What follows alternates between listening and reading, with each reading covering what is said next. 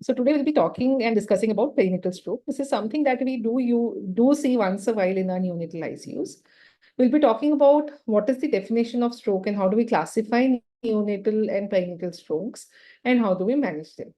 So as we know that stroke is a clinical syndrome which consists of rapidly developing clinical signs of focal or global in case of coma, focal disturbance in the cerebral function which lasts for more than 24 hours or which can lead to death with no apparent cause other than a vascular lesion. So basically we have focal or global signs of CNS involvement with a vascular etiology. So that is how we define stroke. Now, as we know, the stroke can be classified as ischemic stroke or hemorrhagic stroke. Ischemic stroke can again be classified as arterial stroke or venous stroke. So perinatal stroke is a subtype of stroke which happens in babies in the fetal period as well as in the neonatal period.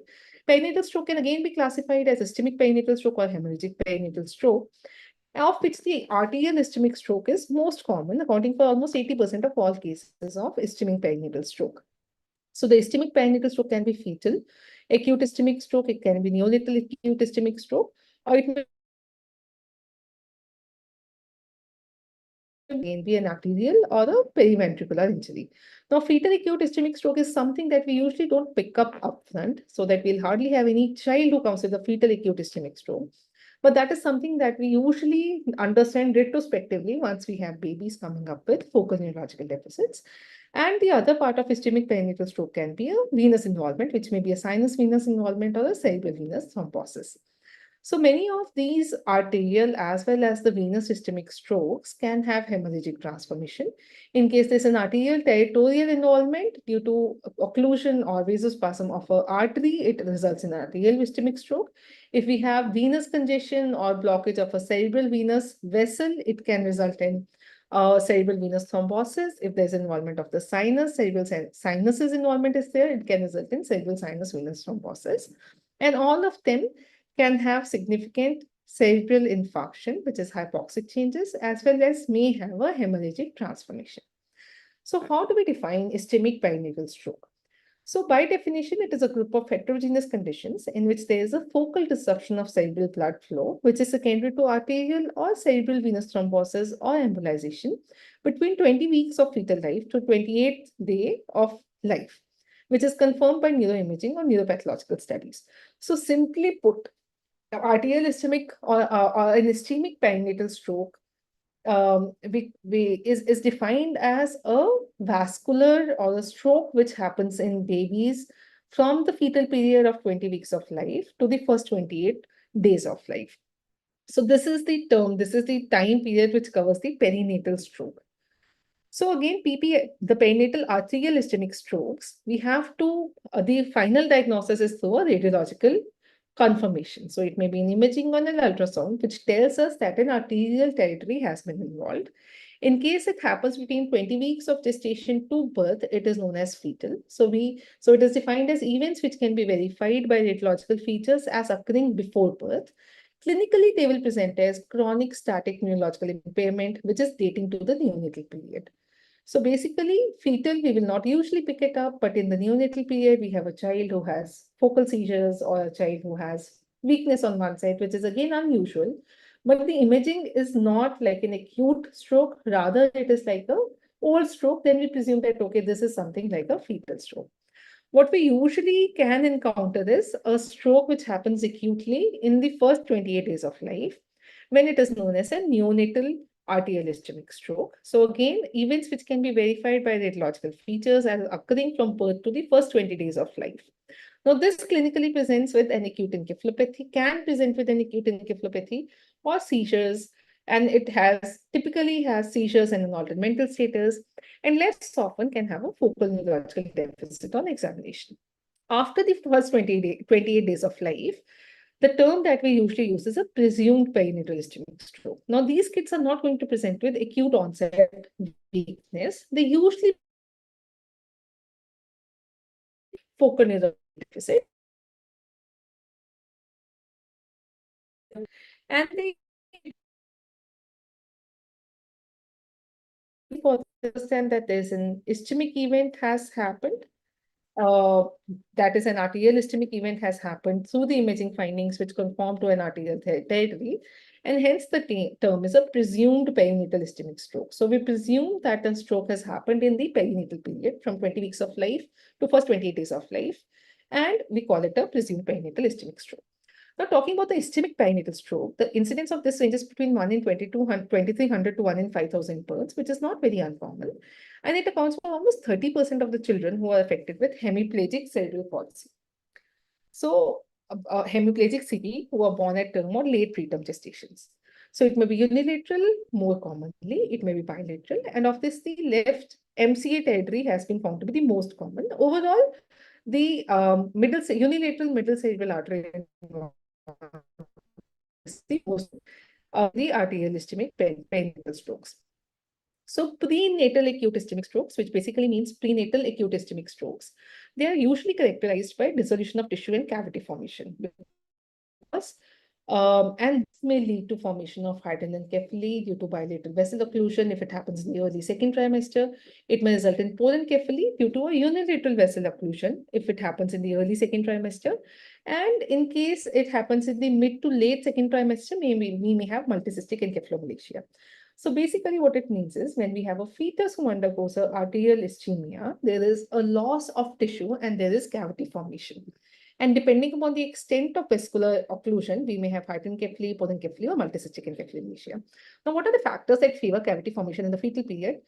There's a high content of water in the brain. There's a relative paucity of tightly packed myelinated fiber bundles, and there's a deficient astroglial response. That is why not a lot of gliosis happens, but a lot of cavitation happens in the prenatal AIS. So there are a lot of causes that may result in prenatal stroke or a fetal stroke. There may be focal or multifocal cerebrovascular occlusion or insufficiency, which may be due to an underlying vascular abnormality like vascular maldevelopment, vasculopathy, collagen disorders, vasospasm, maternal cocaine use, or vascular anatomy distortion. There might be emboli, which can cause an obstruction of the arterial blood vessels due to placental thrombosis or tissue fragments. In cases of twin pregnancies, there may be a dead co-twin, or there might be involuting fetal vessels, which result in thrombi formation, which result in embolus through the CNS vasculature. Again, there may be cardiac causes like congenital heart disease with right to left shunt. There might be a patent foramen ovale. There may be arterial myxoma, rhabdomyoma, and tuberous sclerosis. They may all cause cerebrovascular occlusion. Then maybe generalized systemic circulatory insufficiency due to maternal causes, which is resulted in maternal loss of blood pressure, which can cause prenatal stroke. So maternal hypotension, cardiac arrest, trauma, which disrupts the maternal or uterine blood flow may result in prenatal stroke. Coming to neonatal stroke. So neonatal stroke is an acute ischemic stroke that happens in the first 20 days of life. These babies present clinically in the neonatal period, and most common presentation is with a focal seizure. Focal neurological deficits are less common. Most of the times, once we work up these kids for the underlying cause, the cause is usually not very clear. There may be multiple maternal, neonatal, and placental risk factors which may be present. So, maternal risk factors may be prepartum or primary peripartum causes. Prepartum, it has been seen that primary parents, mothers having infertility or smoking, babies who have intrauterine growth retardation, mothers who have preeclampsia or thrombophilia in the mother may result in neonatal acute ischemic stroke. Peripartum maternal fever, infection, prolonged rupture of membranes, and intrapartum complications have also been associated with increased risk of neonatal strokes. Neonatal risk factors include male gestation, low APGAR score of less than 7 at 5 minutes, prolonged resuscitation requirement, metabolic abnormalities like hypoglycemia. Early onset sepsis or meningitis is something that can always be a risk factor for neonatal stroke. That is why all babies who present with neonatal stroke, we will usually have this as one of the workup. We will look for sepsis, we will do a CSF. Congenital heart disease, vascular abnormalities, or inherited thrombophilic states may again result in neonatal AIS. So we have HIE and neonatal stroke. If we have neonatal stroke predisposition, maybe there. And there are multifactorial things that can happen. They can be maternal factors, placental factors, partum factors, factors that happen during the birth, and neonatal factors, which can all result in neonatal strokes. So placental risk factors include cord complications, chorioamnionitis, chorionic villinitis, well, obliterative fetal vasculopathy, or thrombotic vasculopathy, or a small placenta. They can all result in neonatal stroke. So if we look at the overall overall risk factors, we will see that low ABGARs, low umbilical artery pHs, which again both of them are seen in HIE, have a very strong correlation, are strong predictors for neonatal ischemic stroke. Other than that, all the factors that we have seen, like preeclampsia, primiparity, assisted deliveries, fetal heart abnormalities, and prolonged second stage of labor, again can predispose. Of this, HIE, resuscitation at birth requirement, emergency C-sections, which may again be a surrogate marker for ongoing hypoxic ischemic encephalopathy, prolonged second stage, and fetal heart rate abnormality are probably the ones which have got the maximum risk for neonatal stroke. Again, congenital heart defects in itself in the perioperative period, intraoperative period, and the postoperative period for treatment of CHDs, again, are a predisposing factor for neonatal strokes. The strongest CHD associations have been seen with intracardiac right to left shunts, preoperative balloon arterial septostomy, transposition of great arteries, great vessels, single ventricle physiology, cardiac catheters and ECMO are the strongest associations with neonatal strokes. And there are a few factors which are associated with increase in likelihood of occurrence of stroke, which include the duration of bypass surgery, aided surgical correction, and need for reoperation. So, what is the role of thrombophilia workup in neonatal stroke? Now, there have been a lot of contradictory findings in studies, with the most recent findings refuting an independent association with thrombophilia and acute perinatal stroke. There also the rate of recurrence of neonatal acute ischemic stroke is quite less, which is around 1 to 2%, which also underscores this finding that probably neonatal thrombophilia does not have a lot of role in presence of occurrence of neonatal strokes. Fetal and neonatal period is physiologically otherwise also a prothrombotic state, and thrombophilic factors predispose for neonatal stroke rather than a primary risk factor. So what that means is that if at all we do have thrombophilic risk factors, it may not cause us neonatal stroke upfront, but there might be an alternative primary risk factor in presence of which these factors may be working. Another thing is that we don't have a lot of normative values for neonatal thrombophilia workup. So many times interpreting these results also becomes difficult. So factors are associated with almost 30 to 70% of the cases, and most of them, if we see, they can have associated mutations like factor V lead-in mutation, prothrombotic mutation, prothrombin mutation, MTHFR mutation, so on and so forth. But in almost 50 to 80% of the cases, they are associated with other pathogenic factors as well, like preeclampsia, gestational diabetes, placental vasculopathy, chorioamnionitis, perinatal asphyxia, sepsis, congenital heart disease. So although there might be underlying thrombophilia, prothrombotic factors present, but they are usually associated with a lot of other placental and maternal factors. Hence, whether we should work it up or not to work it up, it is really, really difficult to say. Okay. So clinically, neonatal acute ischemic stroke usually presents with focal seizures after the first 12 hours of life. It is usually a dictum that if we have a baby who is otherwise healthy, is presenting with focal seizures, probably stroke should be our first differential. They can have encephalopathy, they may have hypotonia, they may have focal neurological deficits, which are uncommon. Rarely, they may have apnea or respiratory difficulties, more commonly in preterm acute ischemic strokes. So how do we diagnose neonatal acute ischemic stroke? We have a child who has focal seizures with encephalopathy, and we are suspecting a neonatal stroke. We can use ultrasound cranium, which is easily available. It can detect hemorrhage more easily, but ischemia itself might not be very evident on the ultrasound. If there's a hemorrhagic transformation, we can pick it up. Sensitivity in first 1 to 3 days is 30 to 70%, which is quite broad. And in the next 1 week, after the 4th to 14th days, it goes up to almost 86%. Now, the other thing is that because the distribution of most of the arterial ischemic strokes happen in the MCA distribution, and the region of Sylvian fissure is visualized well on coronal ultrasound scans, in hands of a good radiologist, we may still pick up ischemic strokes on the ultrasound. MRI brain, however, is the investigation of choice. It may be combined with the MR venography to rule out a CSVT. Diffusion-weighted images are useful, but they can pseudo-normalize after day 5 to day 7 of life. So sometimes if we do MRIs a little late, we might not pick up the stroke changes very nicely. Cytotoxic edema develops early, so diffusion restriction is seen within hours in contrast to HIE, where diffusion restriction is seen after 48 hours. So if you have a suspicion for neonatal stroke, we should go in for early MRIs. In term neonates, almost 60% of the babies have cortical branch strokes, which mostly affect the MCA territory. Preterm neonates, which account for almost 40% of the neonatal strokes, more commonly have lenticular striate branch infarcts, which means they will have more medially located infarcts as compared to term neonates. So this is just an imaging marker. This is the ultrasound. In the MRI, we can see that in the MCA territory, this is a diffusion weighted image which shows the cytotoxic edema. And again, it is collaborating on the ADC images as well. So MRI is the most sensitive to pick up neonatal strokes, and it should be done as early as possible when we are suspecting. So how do we treat neonatal stroke? So acute therapy, major management for neonatal stroke is again something similar to what we do for any other acute neonatal emergencies. So because most of these babies are going to present with seizures, we have to treat the seizures. Principal acute therapy from the neurological perspective is treatment of seizures. Continuous EEG monitoring is desirable.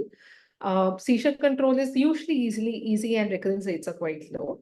And if at all we are planning a long-term therapy for child has continued seizures, we need to consider whether we want to give phenobarbital in the long term or do we want to switch to alternative anti-seizure medicines.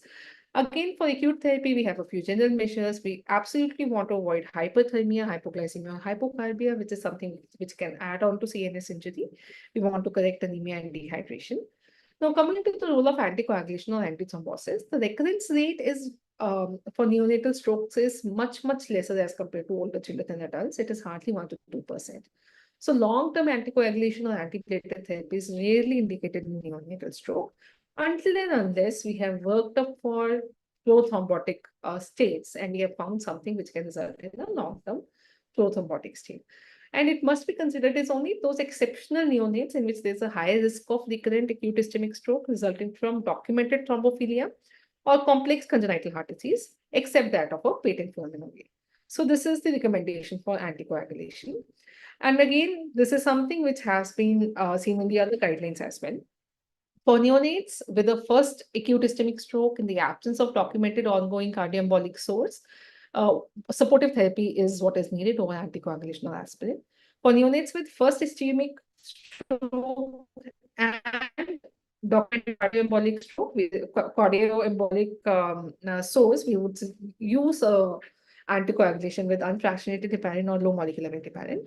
And for neonates with recurrent acute ischemic stroke, they are going to require anticoagulant therapy or aspirin therapy. And these are the neonates who are really going to be worked up very thoroughly for underlying prothrombotic states. So other proposed therapies may be hypothermia. A possible dose has been suggested by observations in group of infants with HI treated with therapeutic hypothermia. Recombinant erythropoietin may have a role for neuroprotection and neurorestorative in animal models, but we are still awaiting good evidence in humans. Another interesting trials that have been going on are stem cell therapies, especially the intranasal multipotent stem cells and autologous stem cells, umbilical cord stem cells look promising. There are human trials which are ongoing now, and we may have result in the next few years. Outcomes of neonatal stroke death is really uncommon. We see in less than 1% of the cases. Most of these babies may develop hemiparesis. It is seen overall in only 25 to 35% of the cases, but it is 100% if the stem of the MCA is involved, which means that we are going to have a large area, including the motor strip, which is going to be affected. If there's involvement of basal ganglia and corticospinal tract, they are important predictors for motor outcome. So if we have babies where this is involved, we would really want to start our early stimulation very early so that we can have a good motor outcome and help these kids not to develop significant hemiparesis. Cognitive dysfunction may be seen in 25 to 50% of the cases, and long-term epilepsy may be seen in 50 to 40% of the kids.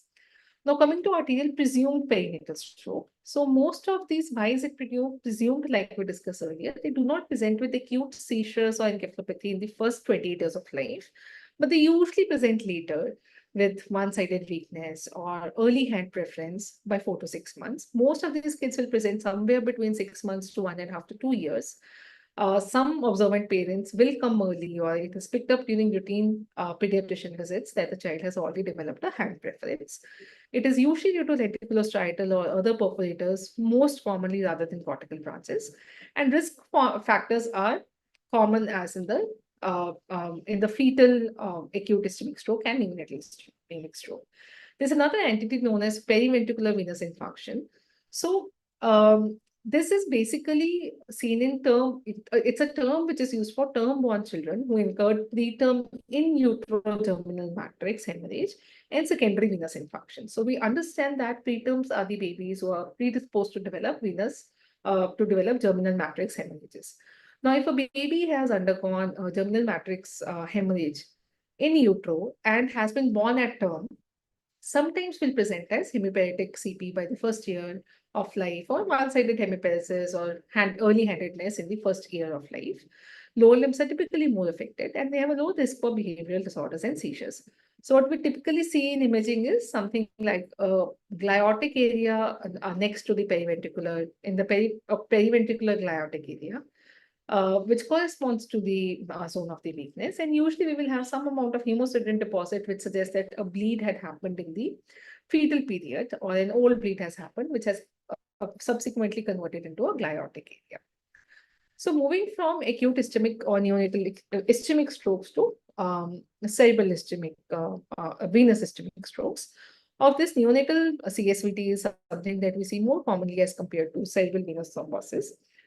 Neonates are at the highest risk in the entire life to have CSVT. So almost 18 to 50%, 51% of all pediatric series, the CSVT is present in neonates. Incidence range from 0.6 to 12 per 1 lakh live births. Most commonly, the superior sagittal sinus is affected.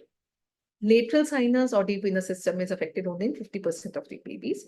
Multiple site involvement may happen in 50% of the babies. Associated infarction is present in almost 40 to 80% babies, and mostly it is a hemorrhagic infarction. IVHS may be present in almost 30 to 50% of the cases. Associated parenchymal hemorrhage in the caudate or the thalamus is less common. So clinically, the onset is most often in the first 48 hours of life. They again more commonly present with seizures, followed by lethargy. Almost 70% have peripartum risk factors such as presence of meconium, hypoxia, sepsis or meningitis, acidosis, newborn resuscitation, dehydration, or cardiac congenital heart disease. Maternal risk factors like preeclampsia, diabetes mellitus, maternal fever, chorioamnionitis may be present. So again, for imaging, for diagnosis of CSVT, we require imaging. MRI with MR venogram is the most common investigation of choice. So time of flight MR venogram may be having a false positivity due to skull deformities, stasis of flow. Many times neonates do have normal birth associated or birth canal. Due to passage to the birth canal, they may have small bleeds, subdural bleeds, or subarachnoid bleeds, which may compress on the sinuses. A contrast MRI is something which can be done to avoid this false positivity. Cranial ultrasound with color Doppler is usually highly sensitive, easily available, especially because the superior sagittal sinus is the most commonly involved sinus. If we use a Doppler in this sagittal sinus, we may pick up neonatal CSVT with ultrasounds also. CT brain with venography, we may see a dense spot sign or an empty delta sign, dense spot sign in plain CT and empty delta sign in contrast CT. However, again, because newborns have a very high hematocrit value, and usually the venous flow is slower in neonates, we may have false positivity, especially if we do a plain CT. So whenever we have a plain imaging for newborns and it is suggestive of a CSVT, it's always advisable to go ahead with a contrast study. So this is one of the newborns that we had. What we see here is an MRI imaging. This baby had hypernatremic dehydration with CSVT. What we see here is there's opacification of the sagittal sinus. When we look at the contrast images, what we see here is a nicely filling defect. Normally, this black thing should not be developed, should not be present, but because there's a clot here, we are seeing a filling defect in the superior sagittal sinus. Okay. So neonatal CSVT against the management. There are few other things I think which we need to understand in case of neonatal CSVT, dehydration, presence of infection or meningitis. They all predispose to development of neonatal CSVT. Whenever we have a child who presents with neonatal CSVT, we again acute management has to be for comorbidities and seizures managed. We have a child with sepsis, it has to be managed. We have a child with hypernatremia, it has to be managed. Anticoagulation is required for all, is recommended for all neonates with CSVT. It can be with unfractionated heparin or low molecular weight heparin. So depending upon the clinical situation, you have a sick child, you might want the child to undergo some surgery. Unfractionated heparin is recommended because you can easily reverse it. There are no RCTs or major studies which are available because it is difficult to do that. So, but it is recommended that even with hemorrhage, anticoagulation does not lead to a major bleed. And without anticoagulation, almost 25% of the babies have thrombus propagation in the first week. And it is only 4% in when it is treated. So why is it important? Because whenever we have a baby with hemorrhage, we are very, very apprehensive to give anticoagulation. Although we have to be careful in this situation. But we do see that if we do not anticoagulate, thrombus propagation can result in much more CNS damage as compared to a child who has a bleed and has been anticoagulated and does not have a bleed progression. And in neonates, by almost 3 months, 90% achieve recanalization.